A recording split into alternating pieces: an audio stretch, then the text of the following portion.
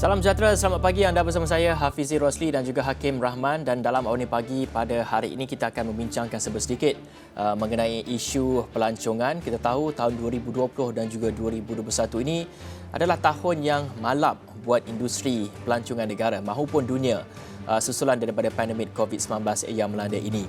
Dan ada yang terpaksa gulung tikar, ada juga yang terpaksa beralih ke industri lain demi survival. Namun dengan adanya inisiatif vaksin COVID-19, ia sedikit sebanyak memberi nafas lega. Banyak sekatan telah pun dilonggarkan dan juga dimudahkan untuk orang ramai, Hakim. Ya, dan tahun ini, tahun 2022 ini, lebih banyak sektor sudah dibuka dan kita juga sudah berada pada fasa pelan pemulihan negara. Adakah ia akan menjadi tahun kebangkitan semula untuk industri pelancongan ini? Dan bagaimana ataupun apakah strategi mereka guna ini bersesuaian? Dan semua ini kita akan kupas bersama dengan Dato' Azli Halim, Naib Presiden Majlis Pelancongan Malaysia. Assalamualaikum, selamat pagi Dato'. Waalaikumsalam warahmatullahi wabarakatuh. Selamat pagi Hafizi, Hakim. Okey, baik Dato', kalau kita nak lihat sekarang ni, adakah sektor ataupun strategi sektor pelancongan sekarang ini berada di landasan yang tepat untuk bangkit kembali pada tahun 2022 ini? Okey, rasanya tak terlewat untuk saya ucapkan selamat tahun baru sebab kita masih lagi pada Januari ini. Yeah. Jadi memanglah setiap tahun bila kita muncul tahun baru, berbagai-bagai andaian, berbagai ramalan kita predict adakah tahun ini menjanjikan masa depan yang positif kepada sektor pelancongan kita ataupun sebaliknya. Dan secara yang macam kita semua sedia maklum, masa pelan pemulihan negara khususnya dalam konteks COVID-19 ni, kita dalam proses pemulihan lagi. Jadi kita tengok dalam konteks dunia sekarang ni pun industri pelancongan khususnya sekarang telah meningkat naik, dan di peringkat global pihak United Nations World Tourism Organization ataupun UNWTO telah meramalkan bahawa sektor pelancongan ini dijangka pulih walaupun tak secara 100%, tetapi 60% sektor pelancongan ini akan mengalami pemulihan pada tahun 2022 ini, dan ia akan melalui proses pemulihan seterusnya sehinggalah pada tahun 2024 kita menjangkakan sektor pelancongan ini akan pulih sepenuhnya. 2024? Ya, 2 tahun lagi. Sabarlah ya. Itu merupakan jangkaan di peringkat global. Kalau di Malaysia, kalau kita lihat, bagaimana Dato'?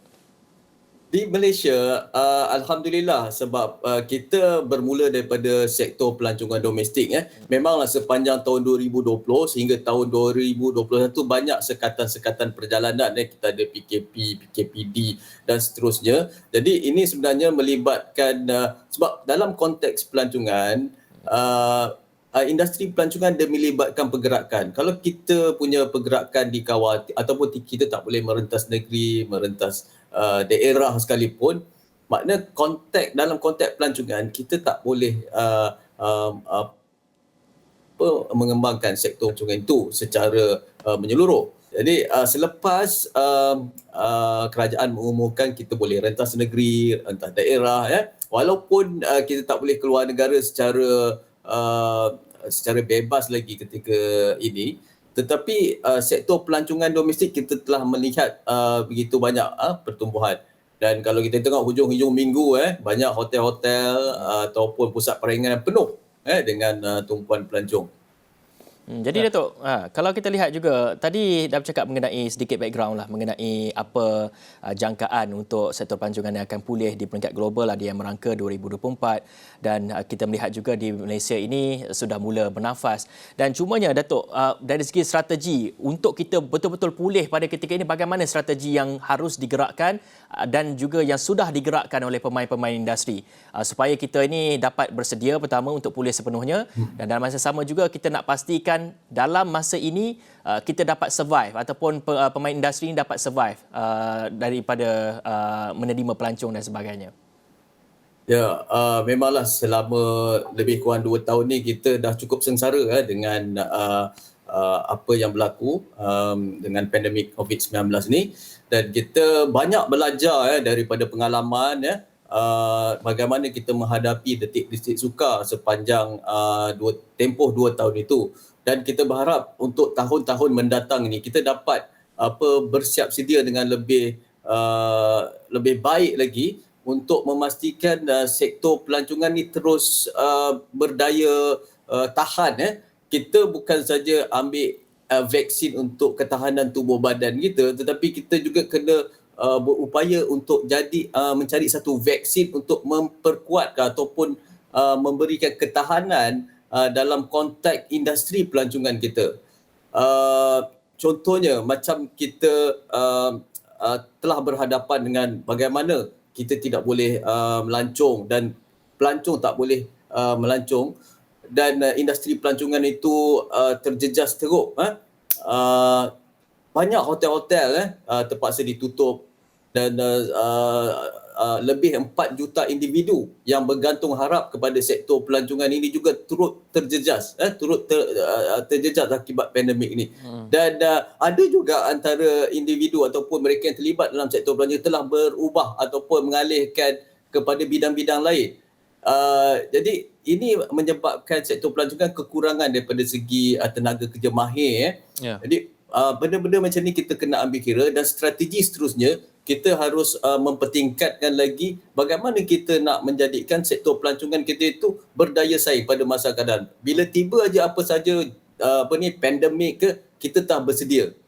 Itu yang penting bagi saya. Datuk, sekarang ni kalau kita lihat apa yang Datuk sebutkan tadi tu, sekarang ni mungkin SOP itu tidak akan merencatkan pemerkasaan sektor ataupun industri pelancongan, tapi sekarang ni macam Datuk sebutkan itu ada beberapa isu. Pertama, kekurangan tenaga kerja, lepas tu mungkin produk-produk ataupun aset-aset pelancongan yang tidak diselenggara dengan baik.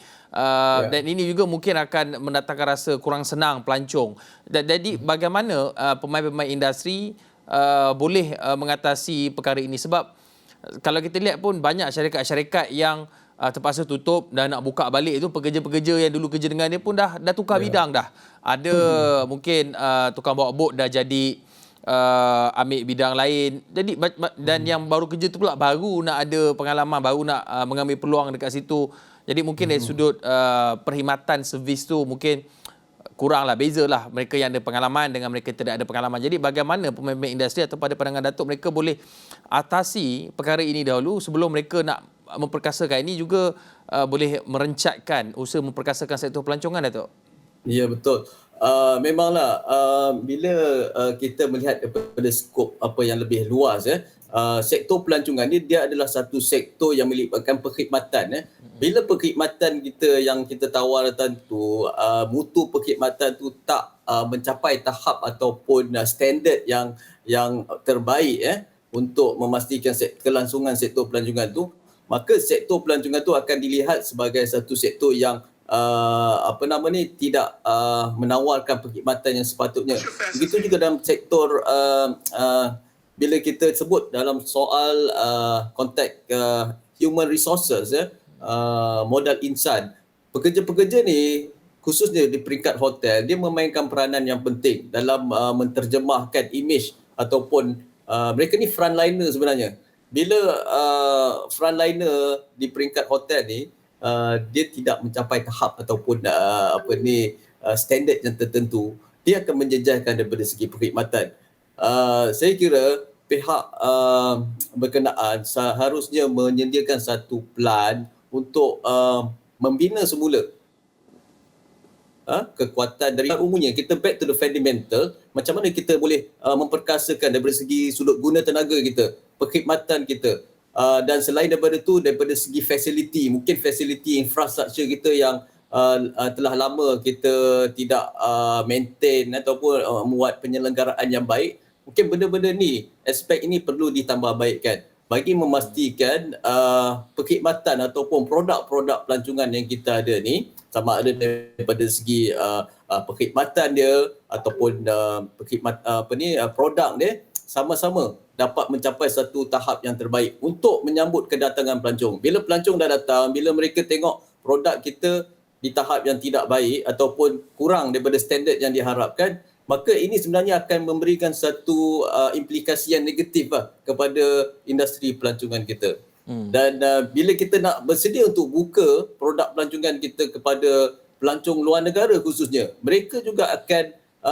mengharapkan, memberikan satu pengharapan yang tinggi bahawa produk pelancongan kita telah betul-betul bersedia untuk menyambut mereka. Itu yang kita perlu ambil kira daripada segi kita nak menyusun balik strategi nak memperkasakan sektor pelancongan kita. Jadi Datuk, saya pasti setiap industri, setiap pemain industri, begitu juga dengan agensi dan juga kerajaan perlu bersiap sedia dan juga perlu memastikan mereka ini dalam keadaan yang baik untuk kita menerima pelancong. Cuma yang pada ketika ini kita hanya menerima pelancong domestik saja. Kita nak menggalakkan pelancong domestik walaupun banyak bagi mereka pelancong-pelancong dalam negara kita ni telah pun pergi ke Eropah dan sebagainya, tapi kita nak fokus dulu kepada pelancongan domestik ni supaya kita dapat menyokong pemain-pemain industri tempatan. Jadi apa agaknya galakan dan juga bagaimana cara untuk kita pastikan kita dapat mempergiatkan semula ataupun kita dapat memastikan industri pelancongan domestik ini dapat diperkasa. Kita rancang perjalanan, kita rancang pelancongan domestik dulu, barulah kita pergi ke luar negara dan sebagainya, Datuk.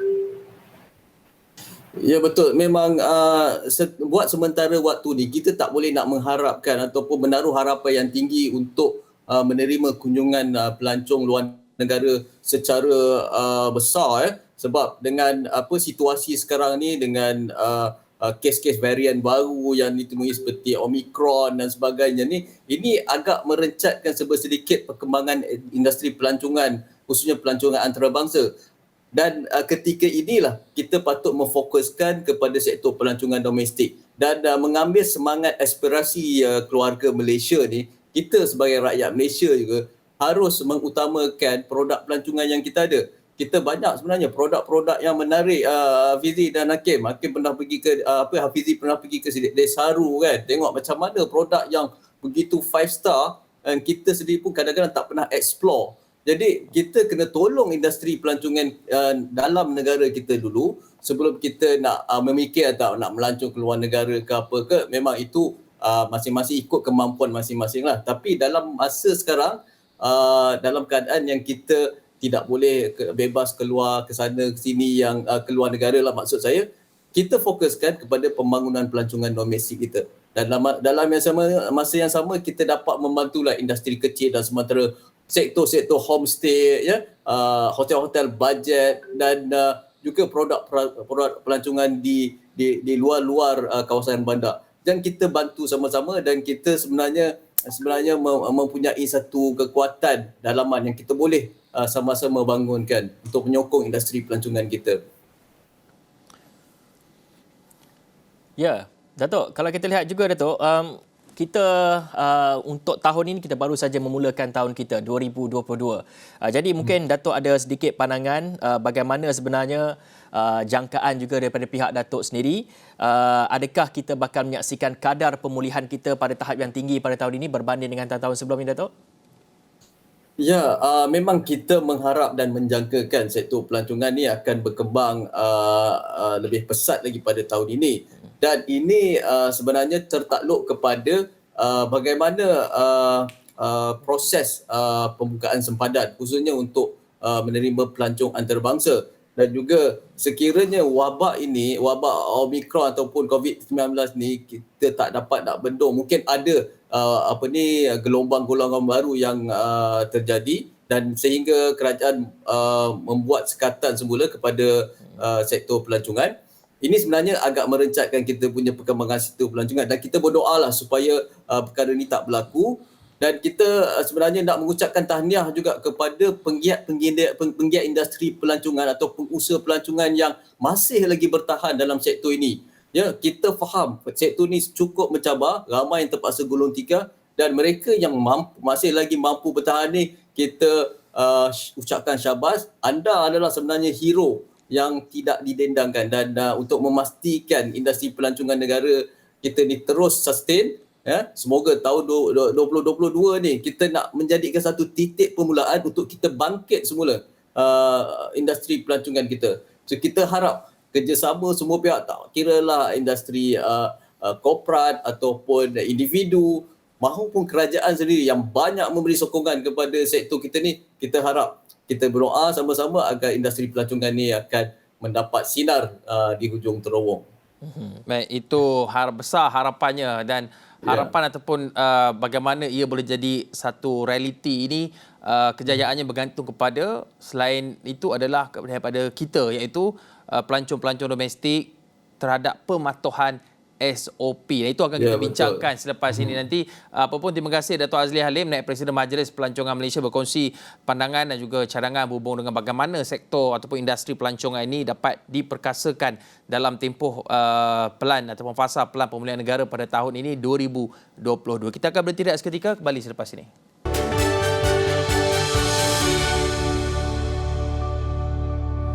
Baik, kembali bersama saya Hafizul Rosli dan juga Hakim Rahman, dan dalam blog ini juga kita sebenarnya nak sentuh mengenai bagaimana nak memastikan industri pelancongan ini dalam keadaan selamat. Dan selamat di sini bermaksud yang patuh kepada SOP pertama, dan kedua adalah bebas daripada risiko jangkitan COVID-19. Dan ini kerana kita tidak mahu sebenarnya terdapat risiko sekaligus dapat mencetuskan kluster pelancongan ini. Kerana yang ruginya adalah pemain industri itu sendiri, iaitu premis mereka mungkin terpaksa ditutup susulan ada kes dan sebagainya, Hakim. Ya, dan untuk bercakap mengenai perkara ini, kita akan bersama dengan Tan Sri Lee Lam Tai, Pengerusi Ikatan Komuniti Selamat. Selamat pagi, Tan Sri. Selamat pagi, Hafizi. Tan Sri, bagaimana Tan Sri melihat tahap kepatuhan terhadap SOP, terutamanya melibatkan sektor pelancongan ketika ini, Tan Sri? Ya, tidak dapat dinafikan bahawa pemain industri pelancongan di negara kita lah ingin berusaha sedaya upaya lah untuk membangkit semula lah sektor pelancongan, memandangkan itu kepada banyak masalah yang dihadapi pada masa ini kini, terutamanya itu dari aspek bagaimana boleh memastikan pekerjaan bagi mereka lah yang itu masihlah berkhidmat di dalam industri pelancongan dan juga industri hospitality. Sungguh pun itu demikian, saya rasa salah satu aspek yang kita tidak dapat mengambil mudah iaitu berkaitan dengan aspek pelancongan selamat. Dan apabila saya berbincang dengan soal pelancongan selamat, kita mestilah nak memastikan bahawa pematuhan kepada SOP yang telah ditentukan akan terus ini kekal. Dan di samping itu juga kita memerlukan ini disiplin itu akan diri ataupun self itu disiplin.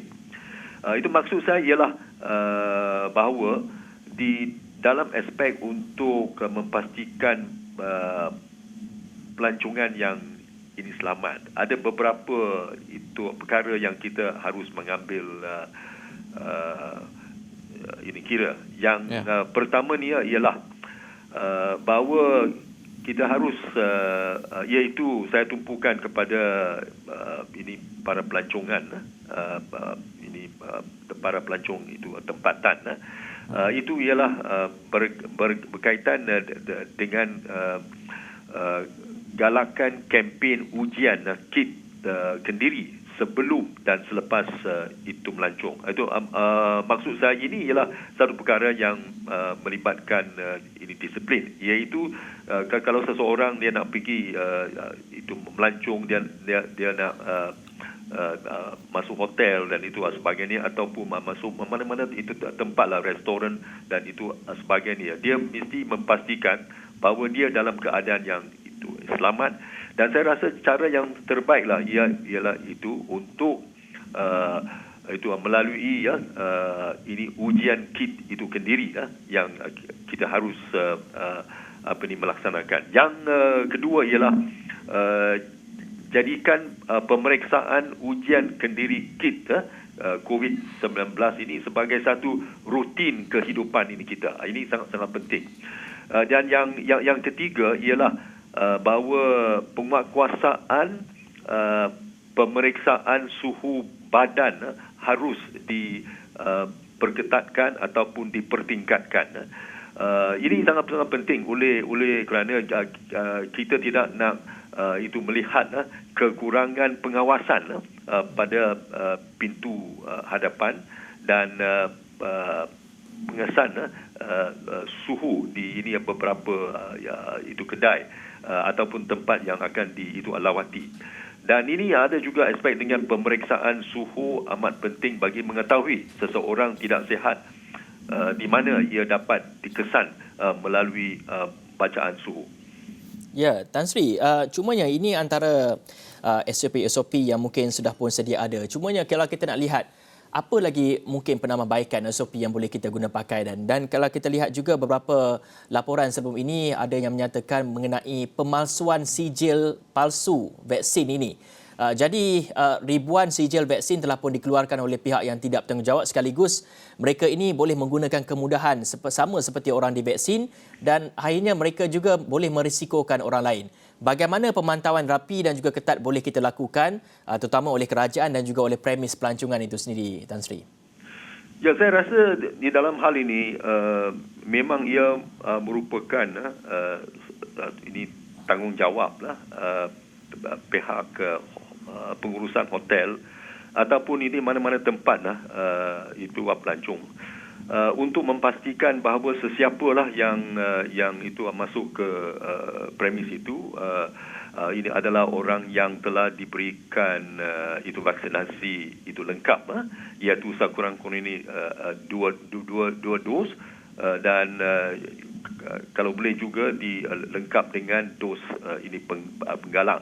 Saya rasa dalam soal vaksinasi ini ada satu perkara yang kita tidak dapat berkompromi.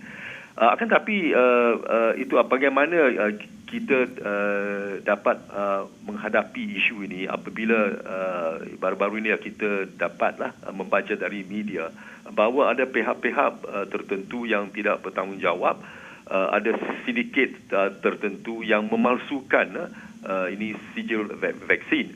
Ini ialah satu perkara yang amat itu serius. Dan saya dipahamkan bahawa pihak polis sedang menjalankan ini siasatan dan saya haraplah bahawa ini perkara ini dapat didedahkan ini secara itu meluas dan pihak ini bersalahlah dapat dibawa ke muka pengadilan. Itu jadi dalam keadaan ini saya itu rasalah semua pihak ini pemilik itu bangunan ataupun pihak pengurusan ini hotel ataupun itu kedai makan, restoran dan itu sebagainya, itu mereka itu ini haruslah